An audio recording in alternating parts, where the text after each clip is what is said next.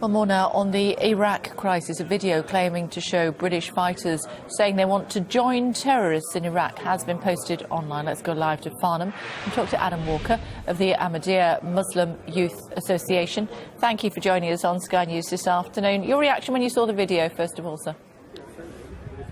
Utter shock, to be honest with you. I couldn't believe that, that there was a message like that from abroad that was trying to call people here to go across there and join their extremist and highly reprehensible battle that they're fighting. Who are they focusing this on? Which groups of people back here in the United Kingdom?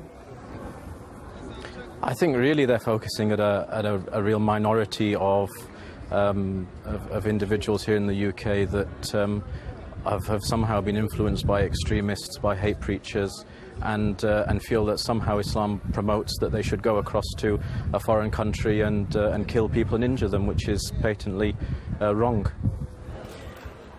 How much anxiety does it cause for people like you and your friends and your colleagues who must be concerned about the ramifications, repercussions as a result of this sort of video being out there?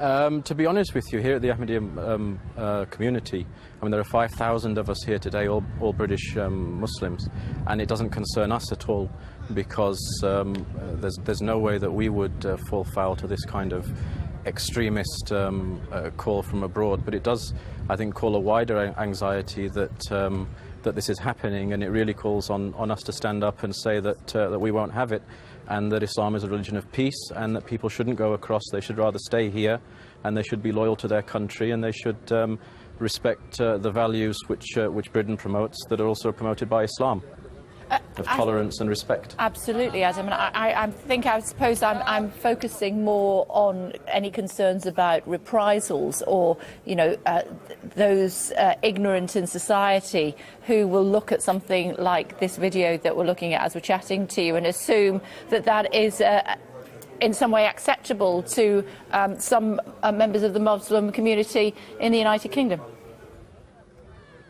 Yeah, I mean, it must cause anxiety. People will no doubt be feared that a minority of people here of the non-Muslim community might become outraged by this, and I would understand why they would become outraged. But obviously, we all have to remain within the limits of the law, and it's important that that people understand that I, as a Muslim, that's a British Muslim, all of us here, 5,000 of us, are not represented by these extremists in Iraq. In fact, we stand for British values, and we would give our all to protect you know, the values of tolerance and respect that we all share.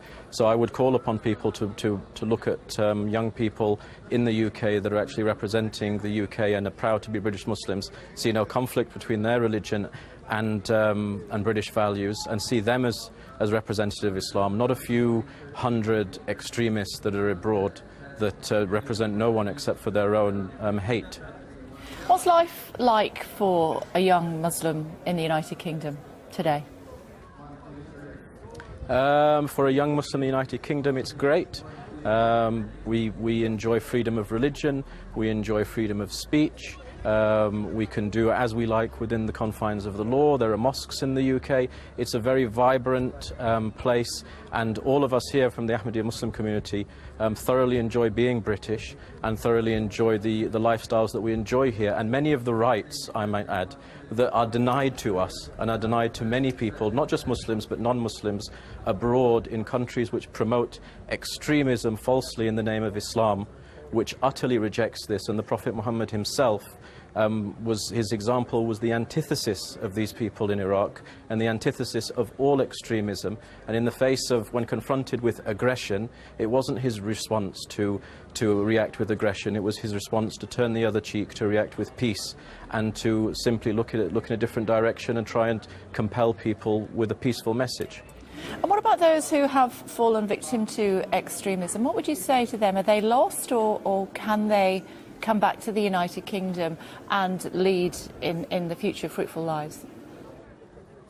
No, I think anyone who has made a mistake and or has gone across there and feels now in retrospect that they shouldn't have gone there, have actually seen the realities of extremist Islam and its ugliness, that they should come back to the UK and they should make themselves known that that this is what they had gone to do, and that they had changed their minds, that they came here, and that now actually they understand after seeing what's going on across there, the benefits that they have here. So I certainly think that they're not lost, and I think it's upon all of us to try and compel people with our tongues through peaceful means to actually leave away these ideologies, because you can't force people to abandon hate. The only way that you can do that is to actually sit with people and try and convince them that what they believe in is wrong.